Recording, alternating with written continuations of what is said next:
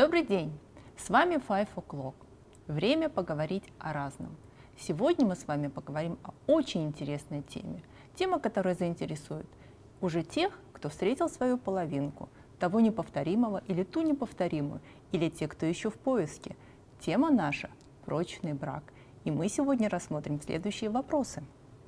От чего же зависит прочность семейных уз?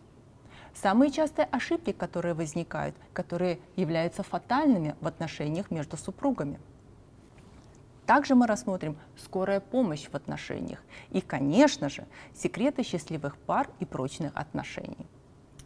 Да, зачастую говорят, что счастливую семью построить очень сложно, и сохранить счастливый брак практически нереально.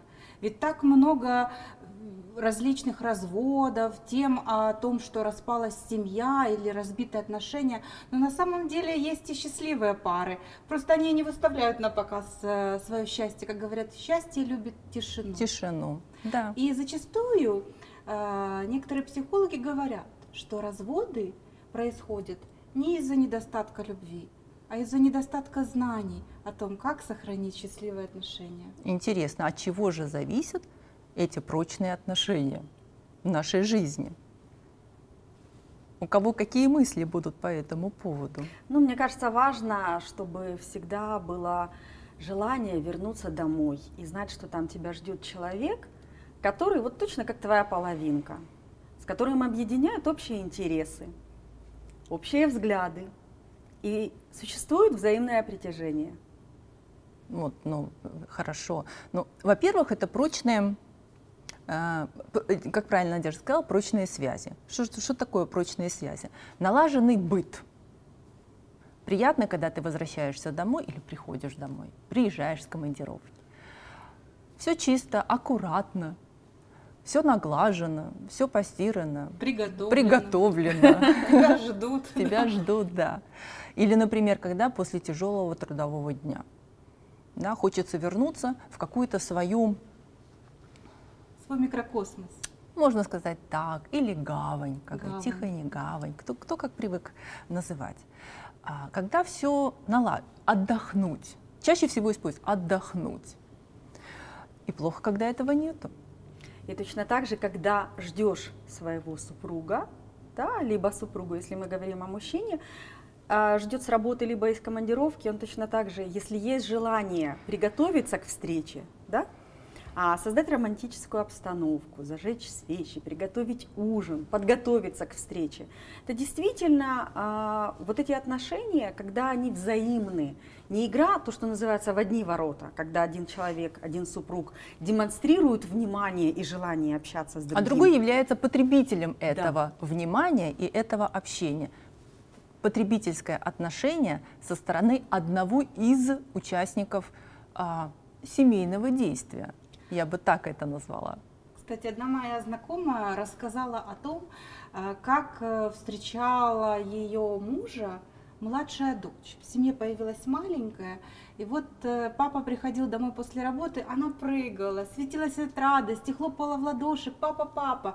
И его супруга обратила на это внимание, что надо брать примеры с маленькой девочки и тоже искренне, с радостью встречать любимого человека. Ведь мы в каких-то делах, каких-то хлопотах забываем об элементарных вещах, просто выразить радость и тепло, встретив любимого человека. Совершенно верно. И иногда, вот почему заводят котов или собак. Они ведь искренне относятся к своему хозяину. Они искренне встречают вот этим гавканьем, тявканьем, облизыванием да. И так далее. Да, искренне. Вот эта искренность отношений в семье, она очень важна. Но не всегда это может изначально быть понятым, принятым и воплотиться в жизнь. Это очень сложно, потому что все сказки в литературе заканчиваются свадьбами. А на самом деле свадьбами все только начинается. И свадьба — это только начало, первый шаг вот этой вот длинного пути да, под названием «Семейная жизнь». Иногда это рассматривается как бизнес-проект. Ничего плохого в этом нету, просто весь бизнес, он построен на определенных правилах. И в семьях тоже есть правила. Можно сказать, кто-то выносит мусор, кто-то готовит, кто-то стирает, кто-то там пылесосит. Это тоже роль. Это другая история. Это тоже, да, определенная история. Но тем не менее, это все должно быть так вот запланировано. Иногда называют это, да, бизнес-проект, иногда это просто называют, что нужно работать над отношениями. Каким образом над ними работать? Вот скажите, молодой паре, вам нужно работать над... Что это такое? Работать над отношениями.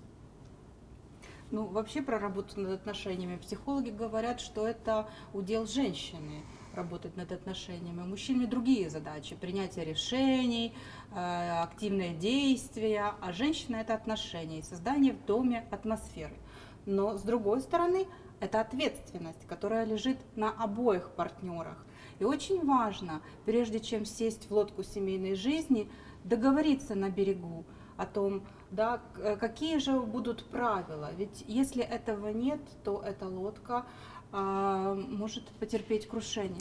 Иногда говорят, что прочность брака или прочность союза зависит от возраста и от дохода. Ну вот, а статистика свидетельствует об обратном. Об обратном. Как раз к возрасту вопросов нет. К сожалению, как счастливые, так и несчастные пары, которые заканчиваются разводом, существуют независимо от того, когда пара приняла решение пожениться. И самые, вот то, что называется, знаете, такие сложные, это первые годы совместной жизни. Вот первые притирка. Лет 5. Абсолютно верно. Это момент притирки. Потому что каждый приходит с каким-то своим, ну, грубо говоря, набором, ожиданий, чемоданом. Да, из прошлых привычек. Абсолютно верно. Ожиданий от партнера. Да?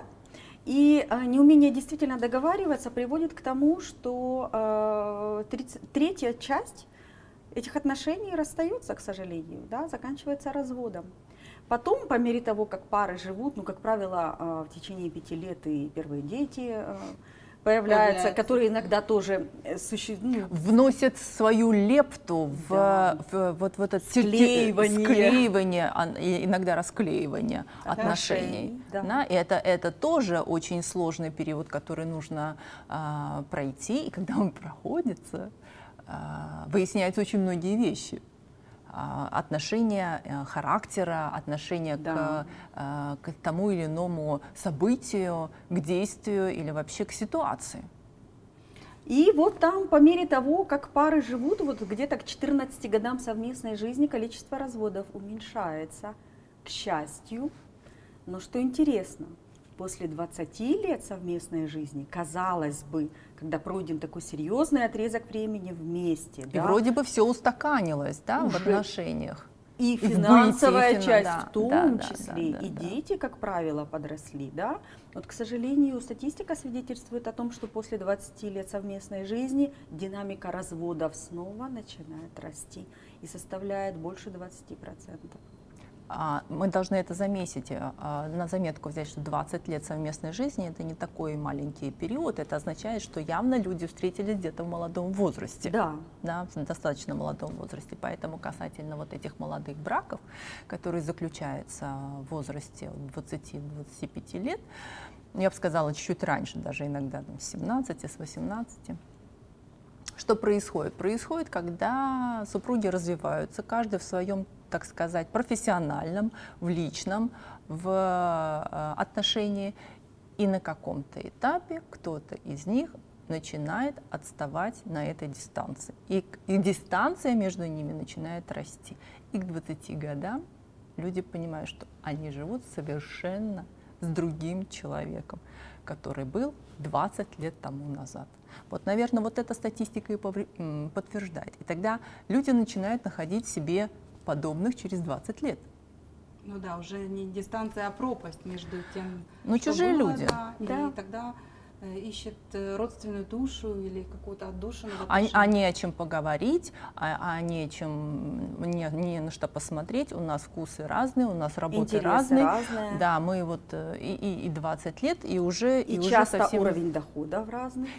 Но это всегда уровень доходов 20, через 20 лет у всех разный. Да, он не может быть, он априори не может быть одинаковым. Всегда, когда ты спрашиваешь, кто из вас больше получает, зарабатывает, всегда говорит, ну, чуть-чуть кто-то больше или чуть-чуть кто-то меньше. Иногда это совсем большая разница, поэтому все-таки вот возраст и доходы не играют роль на прочность отношений. Если проанализировать причины разводов, то картина такая. Жилищные проблемы – это всего лишь 5%, почему распадаются браки. Материальные трудности или супружеская измена – это порядка 15%. А вот конфликт интересов и некая отчужденность и ревность – больше 40%. Отчужденность и ревность – это вот как раз то, о чем мы говорили. Не о чем поговорить.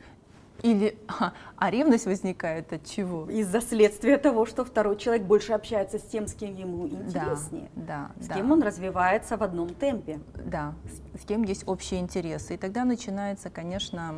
А все-таки, вот чтобы избежать этого, работа над собой. Что означает работа над собой? Ну, если говорить о том, когда семья испытывает определенные трудности, и кто-то из партнеров понимает, что все равно это союз навсегда, и другого не будет. И в таком случае нет как бы отступа, да, и борется за отношения, прикладывает определенные усилия, и зачастую они и приводят к тому, что семья проходит через определенные трудные этапы, и семья сохраняется. Вот все-таки надо иметь изначально чувство. И веру. Да, к своему любимому человеку, да, все-таки что-то не то, и изначально не уходить от этой проблемы, а вовремя замечать эти сигналы и реагировать. Да, да, да. И вот, наверное, мы сейчас поговорим о самых частых ошибках, которые являются фатальными в разрыве отношений. Ну, одна из ошибок – это, конечно же, неумение общаться друг с другом. Это некое агрессивное, очень быстрое, конфликтное реагирование на поведение другого человека.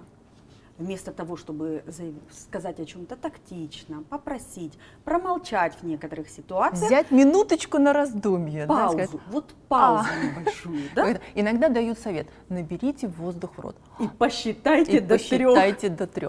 На самом деле здесь есть целая наука. Говорит о том, что самые большие впечатления или самые большие вот такие эмоции, которые воспринимает человек на своем физиологическом уровне, это имеется в виду гормональным, потому что любая реакция наша вот эта моментальная, это все равно выброс, как говорится, адреналина. И все вот в организме начинает крутиться вокруг этой системы гормонов. Она максимум длится при самом большом стрессе, при самом большом горе 12 минут. То есть сделай паузу. 12 минут. Просто 12 минут, которые нужно каким-то образом перетерпеть. После этого, это не означает, что все ушло. Нет, но после этого начинается психологическая нагрузка, накручивания. А почему? А как? А что? А где? А она мне так ответила, а он мне так сказал, а он не туда посмотрел, и он не на ту посмотрел и так далее. Это все мысли самого человека. Поэтому вот очень важно, и психологи рекомендуют во всех отношениях, и даже в семейных отношениях, рабочих отношениях, в любых отношениях, вот эти 12 минут перетерпеть. Сказать, что хорошо, дорогой, я сейчас приду. Выйти, успокоиться, прийти. Да? Или хорошо, дорогая, я тебя понял, я над этим подумаю. И тебе скажу, о чем же я вдруг подумал, да, и что-то я там решил. Но вот эти 12 минут всегда нужно держать в голове. И ни в коем случае после этого не развивать мысль свои в голове, накручивание по этому вопросу. Окрашивать то, что называется черными красками. Черными красками, да. Но опять-таки 12 минут – это максимум. На самом деле, вот почему говорят, досчитай до 3. 1, 2, 3. Вот это главный момент. Когда вы его перешли, этот барьер, тогда уже становится все по-другому. Поэтому набрали в рот воздуха, досчитали до 3, сказали, я тебя люблю все равно, пошли думать. Да, с другой стороны, Конечно, долго молчать тоже не стоит, да, ведь надулась, молчит, обиделась, а он не понимает. Очень правильно, что очень происходит. правильно. И чаще всего девушки поступают именно таким образом. Вот эта недосказанность, она тоже имеет накопительный момент. Потому что вы себе думаете, девушки я имею в виду, вы думаете о том, что он должен понять. Догадаться. Скажите, пожалуйста, как он должен понять? Ну, только если он телепат. Ну, у нас они все телепаты, да? Да. А мужчина же думает по-другому. Надулась. Блин, ну что она надулась? Что она хочет? Физиология разная. Женщины, конечно же, реагируют эмоционально в первую очередь. А мужчины, они логики. Для них важно рациональное объяснение. Если женщина молчит в своих эмоциях, то он никогда ее не поймет. Да. Поэтому ну, и психологи рекомендуют, и я, наверное, личную рекомендацию дам тоже. Если вам что-то непонятно, задавайте мужчинам вопросы. Поверьте, они всегда на это ответят. Но если вы не зададите вопрос, вы никогда не получите ответ. Конечно, дурацкие вопросы «ты меня любишь?» Ну, можно, конечно, задать. Какой ответ вы ожидаете получить? Единственный момент – никогда не давайте возможности мужчинам выбирать. Не выбирать, вернее, а… Ультиматум Не, в ультиматуме это совсем другое. Например, дорогой, что ты хочешь сегодня на ужин? Это убийственный вопрос. Вот давайте просчитаем логически, какие могут быть ответы у мужчин в голове, да? Что я должен ей ответить? Так, что мы сегодня ели? А что мы ели вчера? А что она умеет хорошо готовить? Поэтому, когда вы спрашиваете мужчину, а что же ты хочешь на ужин, лучше всего дать самой сразу ответ. Любимый, я сегодня приготовлю твои любимые блинчики. И будет пиво. Даже если до этого блинчики были нелюбимыми. Даже если для этого. Совершенно верно. Иначе останется вообще без ужина.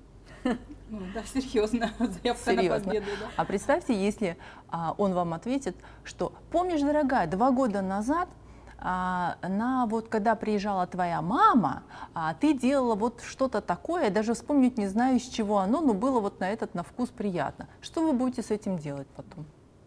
Ну, это катастрофа на самом деле. И вы все равно приготовите блинчики. Поэтому лучше сразу, да, сократить эту дистанцию, сказать о том, что это будут любимые блинчики, ну, конечно, и что-то еще, изюминку ту прибавить, которая понравится ему. Наверняка. Хитрая уловка, выбор без выбора. Нет, это не уловка, это жизнь. Мудрость. Да, поверьте, это работает, и на самом деле это ни в коем случае не ущемляет мужское, скажем так. Упреки. Какую роль играют упреки? И вообще, зачем они нужны в этой жизни? Вообще упреки — это разрушение. Это разрушительная энергия, да. Зачастую они ведь тогда, когда ты чем-то недоволен и испытываешь какие-то неприятные чувства, да, в силу того или другого поведения. И очень важно не критиковать человека, да, или его действия даже вот в отношениях, а говорить о своих чувствах. Вот когда ты говоришь о том, что меня это очень расстраивает, или мне больно, мне неприятно, тогда совсем по-другому мужчина воспринимает обращение женщины уже не как упрек, да, и совсем по-другому может быть его реакция, потому что на упрек мужчина, естественно, реагирует, защищаясь. Да, оборона, иногда нападение. Да, совершенно верно. Поэтому упреки — это не наш союзник, это наш враг. Избегайте упреков. Да? Согласны? Скорая помощь. Скорая помощь в решении разных вопросов. Что это значит? Не откладывать обращение за помощью. Если вы понимаете, что есть какие-то проблемы, есть какие-то дискомфорт, скажем так, даже не проблемы, вы что-то недопоняли, у вас что-то не складывается в голове, почему, где, как, что, всегда обращайтесь за помощью. Кому-то. Кому? Ну, у нас всегда есть бабушки, мамы, подруги, психологи, в конце концов. Это в последнее время в нашей стране стало достаточно распространенной услугой. Пойти посоветоваться со специалистами. Да, я знаю много пар, которые обращались к психологом. И даже один случай, когда психолог сказал развестись, чтобы сохранить отношения. И пара развелась, и через несколько лет Опять они сошлась? опять поженились, да. Это был единственный шанс сохранить отношения. Ну, бывает и такое в жизни, но тем не менее, да, нельзя закапывать, нельзя копить тот дискомфорт, который существует между вами. Фильтруйте все, что вы говорите, пропускайте через себя все, что вы говорите, потому что любое слово, которое для вас может быть абсолютно нейтральным, приемлемым, для вашей половины может быть, ну, скажем так, ну, не совсем. Ну, болезненным или даже Может быть, драматичным. да, может быть драматичным. И, ну, я сталкивалась с такой ситуацией, когда у нас для того, чтобы подбодрить больного, говорит: да ладно, у тебя ты так себя вот, ты себя хорошо чувствуешь, ну ты просто вот так вот себя ведешь, что вот, ну, подбодрить в этом плане. Что в моем случае явилось, что ты меня подозреваешь во лжи, что я притворяюсь больным, ты что? Это была очень серьезная обида, поэтому нужно учитывать эти моменты тоже. Моменты, которые складываются между вами, особенно если у вас брак, скажем так, с человеком другой ментальности, совершенно другой ментальности. Там еще больше может быть вопросов, Сложностей. И острых углов. И острых углов, да. Да, еще я хотела сказать, что очень важно и прислушиваться к желаниям своего партнера. Ведь недаром говорят, любить — это знать и удовлетворять желания.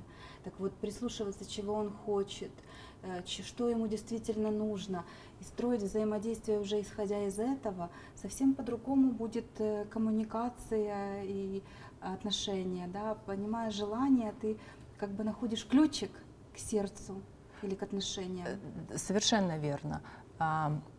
Если даже вы чувствуете, что проблема есть, нужно говорить о ней аккуратно. Ну, как бы нужно сделать какую-то преамбулу. Не так, что там, вот ты не вынес мусор, а теперь вот в квартире все воняет этим мусором. Ну, проблемка, конечно, есть, но проветрить-то можно. И это не совсем та проблема, которую нужно выносить вот как-то так вот в таком ракурсе, на такой ноте, на таком тоне и так далее. Поэтому все-таки аккуратненько нужно подбирать слова, ну, как бы говорить, а что бы было бы. Но я так думаю, что здесь рецепты уже давать не нужно, потому что каждый знает, что говорить своей второй половине.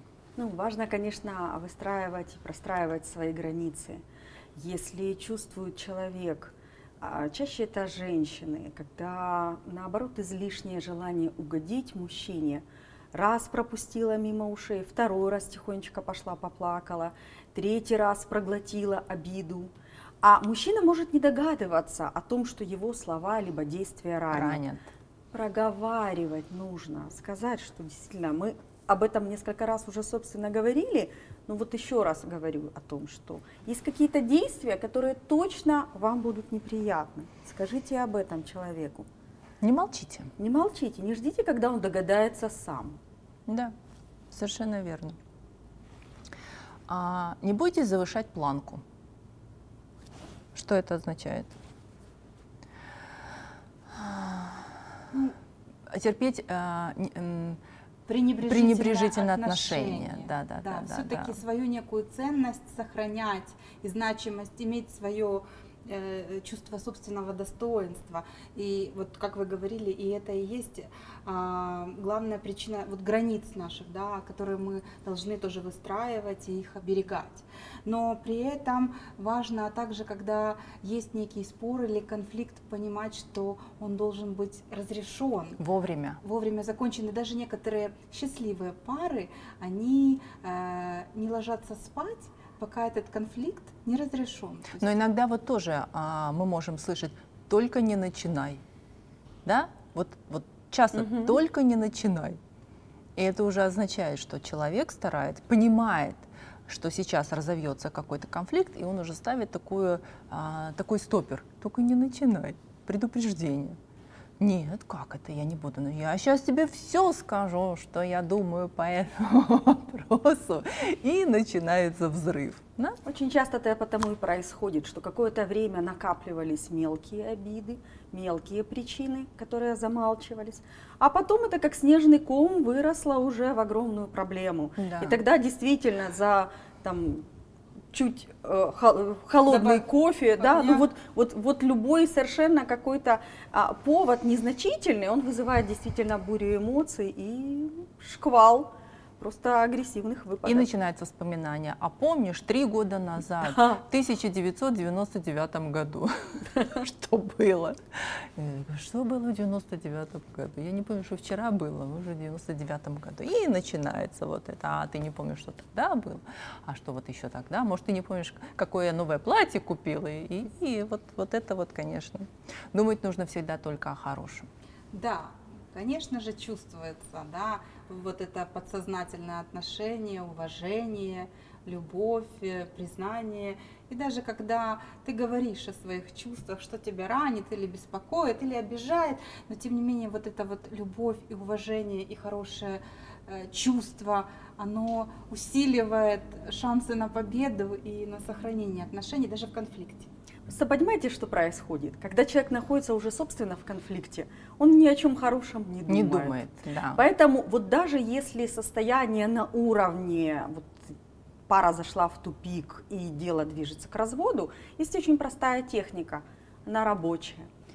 Нужно взять лист бумаги А4, разделить вертикальной линией на 2 части и в левую, пожалуйста, выплеснуть все отрицательные характеристики его или ее, смотря о ком идет речь. Да. Вот абсолютно все то, что тревожит и прямо сейчас, и то, что действительно было 10 лет назад, Да либо бог 3 с ним, года да, назад. да, когда Все угодно. записать тщательно, а потом приступить ко второй части. И во второй части вспомнить, когда-то вы встретили этого человека, вы его полюбили, у него были какие-то прекрасные характеристики, действия, поступки по отношению к вам и к другим. Пишите все хорошее, что человек сделал для вас и в вашей жизни. Вполне возможно, что сначала с левой стороны Будет больше. в разы, если Да. не в десятки раз, да, Да, потому да. что мы, когда отрицательно уже настроены, нам очень сложно вспомнить положительное. Есть вторая часть этого упражнения. Отрезать левую часть. И тот, кто более серьезно хочет подойти к этому вопросу, можно даже сжечь на костре, ритуал провести как-то символически, но суть задания в том, чтобы ко второй части, там где положительные характеристики и качества, постепенно дописывать то, что придет в голову, может быть завтра, послезавтра, через день. И потом этот листик повесить либо на видном месте для себя, либо положить в блокнот, куда часто заглядываешь, для того, чтобы концентрироваться на хорошем. И стараться человеку быть благодарным и проговаривать вслух, либо делать комплименты касательно именно его таких позитивных характеристик из того списка, который написали. Да, я немножко привела это в инновационный вид, а не на листике бумаги, а у каждого есть гаджет, где он может страничку завести, там вот это было плохо, а вот это вот хорошо. Поэтому не обязательно, кто-то любит писать, а кто-то уже не пользуется этим методом, поэтому можно уже перейти вот в режим любой способ хорош. Совершенно верно. Сфокусироваться на том, что это же мужчина моей мечты, которого я полюбила когда-то. Ну как же я его могу превратить в какого-то другого человека? Он и остается мужчиной моей мечты, и на это обращать внимание. Ну или девушка моей мечты. Девушка. Да. Секреты счастливых пар и прочных отношений. В чем состоят секреты? Мы уже, по-моему, жестоко порассказали, что все секреты раскрыли. Но мне кажется, что очень важно в семейных отношениях — это свобода. Свобода — вот то, к чему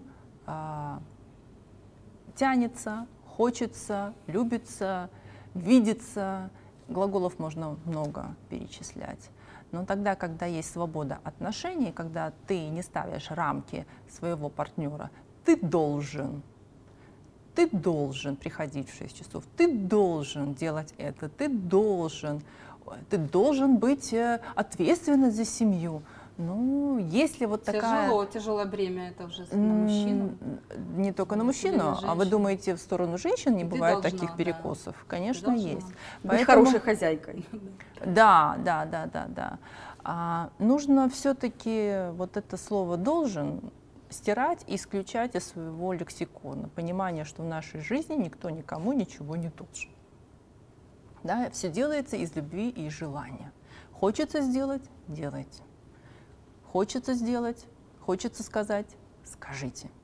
Да, уточните и так далее. Но слово «должен», что кто-то кому-то что-то должен, только на основании того, что вы решили жить вместе. Или поставили штамп в или паспорте. Поставили штамп в паспорте. Или не ставили штамп в паспорте, а живете вместе. Ну, наверное, это такое, это уже пережитки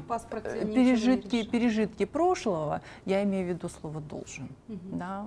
В этом плане вот эти советские принципы о том, что ведь каждый делает то, что он хочет. Если он хочет крепкую семью, он ее создает. Если он хочет, там, не знаю, 5 детей, он их делает. Если он хочет построить бизнес и быть успешным человеком, он делает в этом направлении что-то.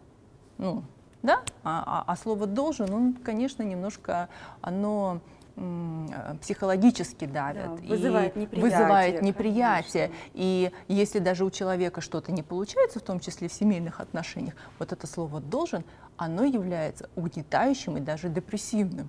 Как это я должен, а у меня не получается? Ну вот мне кажется, что все-таки нужно избегать. А я хочу сказать, что еще очень важно беречь себя для любимых.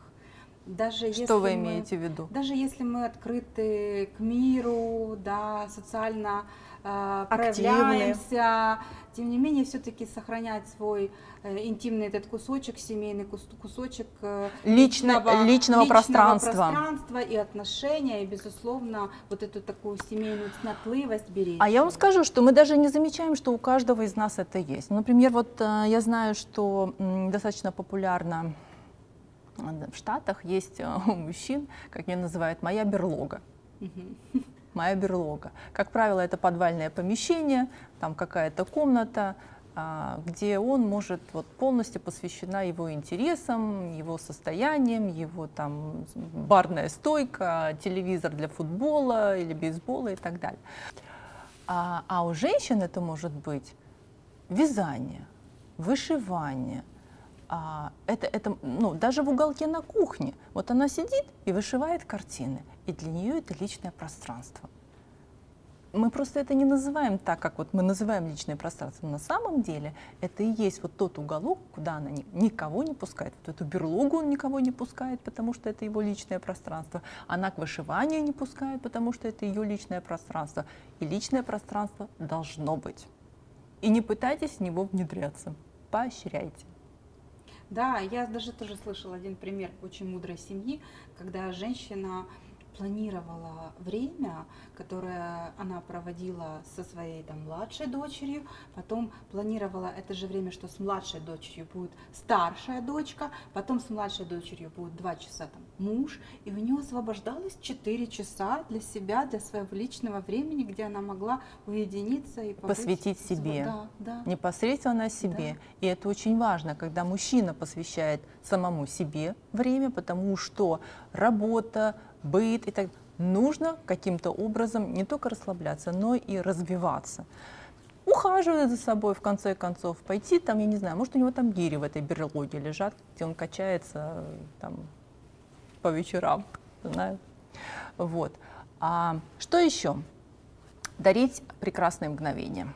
Ну да, над отношениями надо работать и думать о том, как доставить приятное удовольствие или там приятное мгновение своему любимому человеку, чтобы осталась память, чтобы был какой некий ритуал, да, которого ждут, какие-то, может быть, свидания даже в браке, или там приятные какие-то подарочки. Я недавно, спонтанные, да. Я иногда на работе замечаю, когда вот 3 дня тому назад одна из сотрудниц пришла в шикарном вечернем платье с какими-то вот в ушах, украшениями. Да, и я говорю, в оперу собрались, в театр.